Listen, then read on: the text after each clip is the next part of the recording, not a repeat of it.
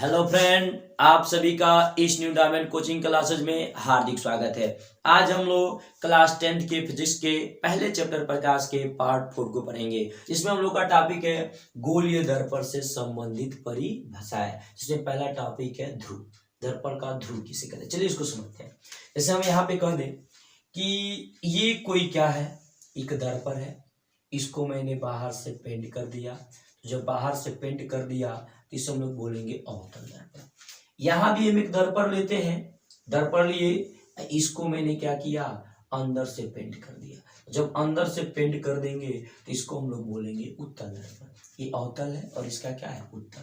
तो देखिए, इसका अंदर वाला परावर्तक पृष्ठ है, इसका उभरा हुआ भाग क्या है, परावर्तक पृष्ठ है। तो देखिए, इसके बीचों बीच का, इसको बीचों बीच का जो बिंदु होगा, इसे ही हम लोग क्या कहेंगे, दर्पण का ध्रुव। ऐसे कैपिटल पी से प्रदर्शित किया जाता है। तो कोई पूछे ध्रुव किसे कहेंगे, तो लिखेंगे गोलीय दर्पण के परावर्तक पृष्ठ के मध्य बिंदु को दर्पण का क्या कहेंगे, ध्रुव। चलिए इसको हम एक बार लाइव भी देख लेते हैं। जैसे ये क्या है, एक दर्पण है।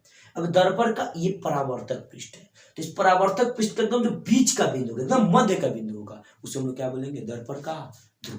तो कोई पूछे दर्पण का ध्रुव किसे कहेंगे, तो गोलीय दर्पण के परावर्तक पृष्ठ के मध्य बिंदु को दर्पण का ध्रुव कहते हैं। तो देखिए, इसमें दूसरा टॉपिक हम लोग आता है, 2 नंबर हम लोग पढ़ते हैं। इसमें क्या पढ़ते हैं, वक्रता केंद्र। देखिए, वक्रता केंद्र किसे कहते हैं, एकदम अच्छे से और ध्यान से समझेंगे। ये वक्रता केंद्र है।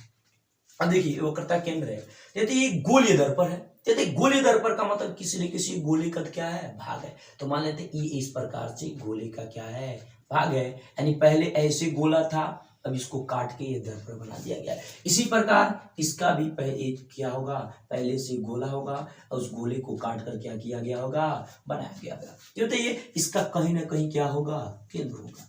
इसका भी कहीं ना कहीं क्या होगा, केंद्र होगा। तो जो इसका केंद्र होता है, इसी केंद्र को हम वक्रता केंद्र कहते हैं और इसे कैपिटल सी से प्रदर्शित किया जाता है। तो आई होप इसे आप लोग समझेंगे, ध्यान से कैसे लिखेंगे। इसी को हम लिख सकते हैं, अपनी भाषा में क्या लिख सकते हैं, लिख सकते हैं गोलीय दर्पण जिस खोखले गोले का भाग होता है, उसके केंद्र को वक्रता केंद्र कहते हैं। इसे कैपिटल सी से प्रदर्शित किया जाता है। देखिए, इसको जितना कल्पना करके पढ़ेंगे उतना अच्छे तरीके से समझ में आएगा। ये जब से समझ एक बार समझ में आ जाएगा तो जिंदगी में कभी भूलने वाला नहीं है। देखिए, अब वही अगर रट के याद करेंगे तो आज याद होगा, कल भूल जाएगा।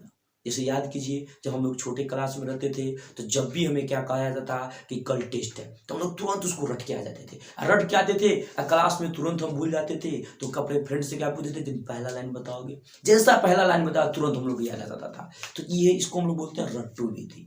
लेकिन यही अगर क्या रहे, अगर समझ के पढ़ेंगे तो कभी ये भूलने वाला नहीं है। देखिए, इसको फील कीजिए, क्या फील कीजिए कि ये गोला है, एक दर्पण है, दर्पण एक खोखले गोले का बना हुआ है। तो ये जो खोखले गोले का बना है, तो उसका कहीं ना कहीं केंद्र होगा और उसके केंद्र को ही हम लोग क्या कहते हैं, वक्रता केंद्र कहते हैं। तो आई होप आप लोग इसे समझ गए होंगे। देखिए, इसका बाद तीसरा आता है, गोलीय दर्पण से संबंधित परिभाषा है। तीसरा आता है वक्रता त्रिज्या। देखिए, वक्रता त्रिज्या क्या कहते हैं, जो इसको समझ गया, वक्रता केंद्र को समझ गया, वक्रता त्रिज्या यूं समझ जाएगा। ये बताइए, वक्रता केंद्र का मतलब इस तरह एक गोले दर्पण किसी न किसी खोखले गोले का भाग है।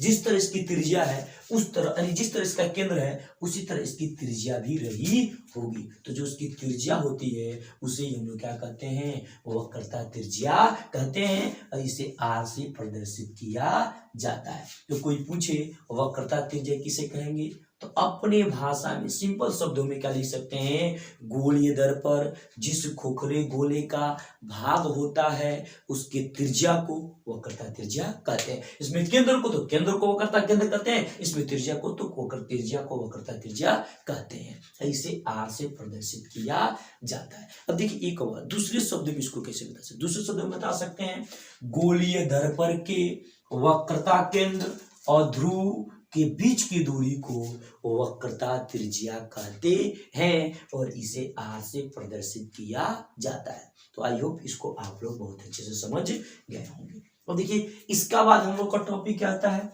4 नंबर। इसके बाद आता है मुख्य अक्ष। अब देखिए मुख्य अक्ष किसे कहते हैं, एकदम इसको बेहतरीन तरीके से समझेंगे। मुख्य अक्ष का मतलब क्या होता है, देखिए मुख्य अक्ष का मतलब क्या है, ये दर्पण का क्या है, ध्रुव, नहीं सॉरी ये क्या है, केंद्र, और क्या है, ध्रुव। तो इससे होकर जो जाने वाली रेखा होती है उसको हम लोग क्या कहते हैं, मुख्य अक्ष। जैसे ये मान लीजिए ये क्या है, ध्रुव है, ये वक्रता केंद्र, तो इससे होकर जो जाने वाली रेखा है, इन्हीं रेखाओं को क्या कहा जाता है, मुख्य अक्ष। तो आई होप आप पीछे समझ गए। देखिए 4 टॉपिक पढ़े, 4 टॉपिक को समझ, दर्पण का ध्रुव, गोलीय दर्पण के परावर्तक पृष्ठ के मध्य बिंदु को दर्पण का ध्रुव कहते हैं। वक्रता केंद्र, गोलीय दर्पण जिस खोखले गोले का भाग होता है उसके केंद्र को वक्रता केंद्र कहते हैं। वक्रता त्रिज्या, गोलीय दर्पण जिस खोखले गोले का भाग होता है उसके त्रिज्या को वक्रता त्रिज्या कहते हैं। मुख्य अक्ष, गोलीय दर्पण के ध्रुव और वक्रता केंद्र से होकर जाने वाली रेखा को मुख्य अक्ष कहते हैं। अब हम लोग का 5 नंबर टॉपिक है मुख्य फोकस। मुख्य फोकस किसे कहते हैं, आप लोग इसे ध्यान समझिए। चलिए इसको समझते हैं। जैसे यहाँ पे हमने क्या ले लिया, एक ले लिया अवतल दर्पण, इसको मैंने बाहर से क्या कर दिया, पेंट कर दिया। ये इसका क्या है, मुख्य अक्ष, ये मुख्य अक्ष ले लिए, और ये इसका क्या हो गया, ध्रुव। ये इसका वक्रता केंद्र ले लिए। इसी प्रकार से यहाँ पे एक और दर्पण ले लेते हैं। इस दर्पण का नाम बताइए, इस दर्पण का नाम क्या है। अगर अंदर से इसको पेंट कर दे तो ये दर्पण कौन सा हो जाएगा, उत्तल। तो ये उत्तल दर्पण है, ये इसका क्या है, वक्रता केंद्र, और ये इसका क्या है, ध्रुव। अब देखिए ध्यान से, हम क्या किए, इस पे एक प्रकाश किरण को मुख्य अक्ष के क्या कर दिए, समांतर आपतित कर दिए। इस पे भी एक प्रकाश किरण को मुख्य अक्ष के समांतर आपतित कर दिया। अब सोचिए, अभी परावर्तन की बचत कहाँ से कर जाएगी, कैसे होगी, समतल तो है नहीं, ये तो गोलीय पृष्ठ है। अब यहाँ से प्रकाश का परिवर्तन कार्य होने के बाद प्रकाश की किरण कहाँ से होकर जाएगी। तो देखिए इसके लिए कहीं से भी परावर्तन कराना हो, एक ही रूल याद करेंगे, प्रकाश के परावर्तन के नियम। प्रकाश के परावर्तन के नियम क्या कहता है, आपतित किरण, परावर्तित किरण और आपतन बिंदु पर खींचा गया विलंब तीनों एक ही तल में होते हैं। सेकंड नंबर, आपतन कोण परावर्तन कोण के सदैव बराबर, ये तो रूल लगाएंगे। तो सबसे पहले दिक्कत है इसमें अभिलंब आएगा कहाँ से, तो हमेशा याद रखिएगा, दर्पण के प्रकाशिक केंद्र से, दर्पण के प्रकाशिक केंद्र से दर्पण पर खींची गई कोई रेखा उस दर्पण पर क्या होती है, लंब होती है। तो देखिए ये इसका प्रकाशिक केंद्र है, और मान लीजिए ये आपतन बिंदु है, तो इस पे हमने क्या कर लिया, लंब डाल दिया। तो लंब डाल देंगे तो ये क्या हो गया, अभिलंब हो गया। इसी प्रकार ये प्रकाशिक केंद्र है, यहाँ से मैंने ये क्या कर दिया, अब प्रकाशिक केंद्र से दर्पण पे एक रेखा खींच दिया, और ये इसका क्या कहलाएगा, लंब कहलाएगा। अब देखिए, अब ये आपतित किरण अभिलंब के बीच बना कोण ये क्या कहलाएगा, आपतन कोण। अब ये भी क्या कहलाएगा, आपतित किरण अभिलंब के बीच बना क्या, आपतन कोण। अब परावर्तन कोण खींचना है तो इसके बराबर ही तो होगा, तो यहाँ से हम क्या खींच देंगे, परावर्तन कोण। तो ये वाला कोण क्या होगा, परावर्तन कोण, आई और आर क्या होंगे, बराबर होंगे। इसी प्रकार इसको मैंने भी क्या, इतना कोण पे क्या कर देंगे, खींच देंगे। तो खींचेंगे तो ये कोण क्या होगा, आर। अब इसको पीछे की ओर बढ़ाएंगे, तो पीछे की ओर बढ़ाएंगे, मुख्य अक्ष को जिस बिंदु पे काटता हुआ प्रतीत होगा, और ये मुख्य अक्ष को जिस बिंदु पर काटेगा इसे हम लोग क्या कहेंगे, मुख्य फोकस। तो मैंने क्या देखा, ध्यान सुनिए, हमने लोगों ने देखा कि प्रकाश की किरण थी, मुख्य अक्ष के समांतर आपतित किए, तो ये मुख्य फोकस से होकर गई, ये मुख्य फोकस से यानी आती हुई प्रतीत हो रही है, तो इसी बिंदु को मुख्य फोकस कहा जाता है। एक और हम प्रकाश किरण आपतित करके देख ले। इसी प्रकार अगर मुख्य अक्ष के समांतर एक और प्रकाश किरण आपतित करे तो ये भी मुख्य फोकस से होकर ही जाएगी। अगर इसी प्रकार इस पे मुख्य अक्ष के समांतर आपतित किए तो ये भी मुख्य फोकस से आती हुई क्या होगी, प्रतीत होगी। यानी अगर पीछे की ओर बढ़ाए तो मुख्य अक्ष पर प्रतिच्छेद करते हुए प्रतीत होगी। तो इस प्रकार हम लोग क्या सकते हैं, पहले इसको फिल करते हैं, जितना फिल करके पढ़ेंगे बहुत अच्छे समझ में आएगा। क्या समझिए, एक लेंथ, एक दर्पण था, उस दर्पण के मुख्य अक्ष के समांतर प्रकाश किरणों को आपतित किए, आपतित करने के बाद मुख्य अक्ष को जिस बिंदु पे प्रतिच्छेद किया उस बिंदु को हम लोग क्या कहते हैं, दर्पण का मुख्य फोकस कहते हैं। यानी गोलीय दर्पण का उसे क्या कहते हैं, मुख्य फोकस। तो क्या लिखेंगे, लिखेंगे मुख्य अक्ष के समांतर, मुख्य अक्ष के समांतर आपतित प्रकाश की किरणें दर्पण से परावर्तन के पश्चात, दर्पण से परावर्तन के पश्चात मुख्य अक्ष को जिस बिंदु पर प्रतिच्छेद करती है या प्रतिच्छेद करती हुई प्रतीत होती है, उस निश्चित बिंदु को उस दर्पण का मुख्य फोकस कहते हैं। ये तो मैंने दर्पण का मुख्य, गोलीय दर्पण का मुख्य फोकस। लेकिन अगर कोई आपसे पूछ दे अवतल दर्पण का मुख्य फोकस किसे कहते हैं, तो उसके लिए क्या लिखेंगे मुख्य अक्ष के समांतर आपतित प्रकाश की किरणें दर्पण से परावर्तन के पश्चात मुख्य अक्ष को जिस बिंदु पर प्रतिच्छेद करती है, उस निश्चित बिंदु को मुख्य फोकस कहते हैं। देखिए प्रतिच्छेद कर रही है तो इसमें प्रतिच्छेद लिखेंगे, वास्तव में प्रतिच्छेद करें, लेकिन ये वास्तव में प्रतिच्छेद नहीं करे, ये प्रतिच्छेद करती हुई प्रतीत हो रही है। इसको क्या लिखेंगे,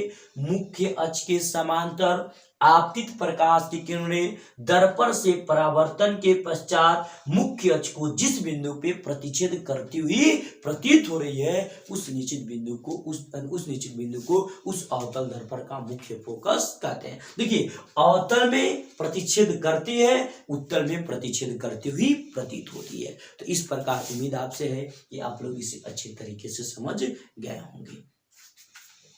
हम लोग पढ़ेंगे मुख्य फोकस दूरी। मुख्य फोकस दूरी किसे कहते हैं, ध्यान समझिएगा। अभी तुरंत हम लोग पढ़े हैं मुख्य फोकस। ये बताइए क्या है, ये अवतल दर्पण है, ये मैंने एक अवतल दर्पण ले लिया, अवतल दर्पण। ये इसका क्या है, मुख्य अक्ष, ये इसका है ध्रुव, ये वक्रता केंद्र, और ये इसका क्या ले लिया, मुख्य फोकस।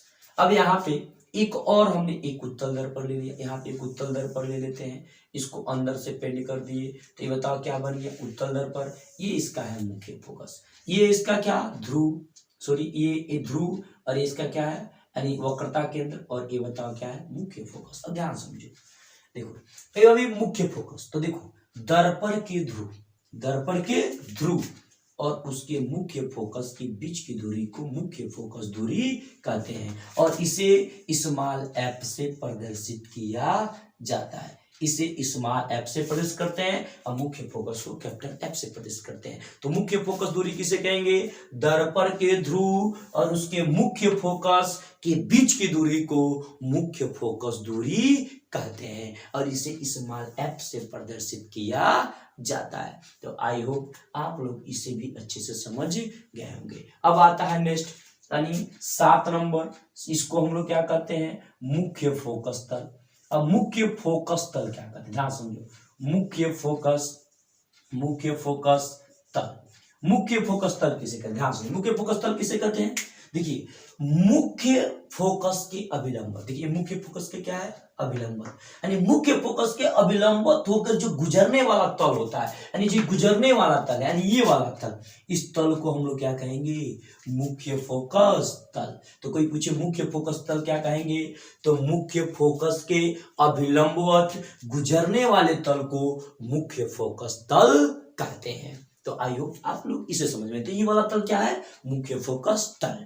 क्लियर। अब देखिए इसके बाद क्या आता है, यानी अब आता है 8 दर्पण का क्या द्वारक, दर्पण का द्वारक। देखिए दर्पण का द्वारक का मतलब, जैसे द्वार समझते हैं ना, द्वार यानी घर का जो दरवाजा होता है, कितने व्यक्ति, मान लीजिए मोटा व्यक्ति तो अकेले आ जाएगा, लेकिन पतले पतले कितने व्यक्ति आ सकते हैं, तो उसी प्रकार ये है कि ये दर्पण का द्वारक है। तो देखिए गोलीय दर्पण का जो ये व्यास है, ये वाला ये, यानी इसमें कितनी प्रकाश की यानी कितने जितने भाग से इसमें होकर प्रकाश के लिए इस पे क्या हो जाए, आपतित हो गए, यानी ये वाला पार्ट, यानी जितने से इसमें क्या हो जाए, आपतित हो जाए, तो इसे हम लोग क्या बोलेंगे, दर्पण का क्या द्वारक। तो कोई दर्पण का द्वारक कोई पूछता तो क्या लिखेंगे, गोलीय दर्पण के व्यास को गोलीय दर्पण का द्वारक कहते हैं। तो आई होप आप लोग जितना इसमें से बताया सब आप लोग अच्छे से समझ गए होंगे। चलिए एक बार हम इसको रिविजन भी कर देते हैं। क्या कहते हैं, ध्रुव गोलीय दर्पण के परावर्तक पृष्ठ के मध्य बिंदु को दर्पण का ध्रुव कहते हैं, इसे कैपिटल पी से प्रदर्शित किया जाता है। सेकेंड नंबर क्या पढ़े, वक्रता केंद्र। गोलीय दर्पण जिस खोखले गोले का भाग होता है उसके केंद्र को वक्रता केंद्र कहते हैं, इसे कैपिटल सी से प्रदर्शित किया जाता है। नेक्स्ट क्या है, वक्रता त्रिज्या। वक्रता त्रिज्या किसे कहेंगे, गोलीय दर्पण जिस खोखले गोले का भाग होता है उसकी त्रिज्या को वक्रता त्रिज्या कहते हैं। नेक्स्ट है मुख्य अक्ष। तो गोलीय दर्पण के वक्रता केंद्र और ध्रुव से होकर जाने वाली रेखा को मुख्य अक्ष कहते हैं। अब है मुख्य फोकस, मोस्ट इंपोर्टेंट, ध्यान समझिएगा। समझ आए भी है, फिर भी कोई दिक्कत हो तो फिर से कहिएगा, फिर से एक वीडियो इस पे अपलोड कर देंगे। मुख्य फोकस किसे कहेंगे? मुख्य फोकस कहेंगे मुख्य अक्ष के समांतर आपतित प्रकाश की किरणें दर्पण से परावर्तन के पश्चात मुख्य अक्ष को जिस बिंदु पर प्रतिच्छेद करती है या प्रतिच्छेद करती हुई प्रतीत होती है, उस निश्चित बिंदु को उस दर्पण का मुख्य फोकस कहते हैं।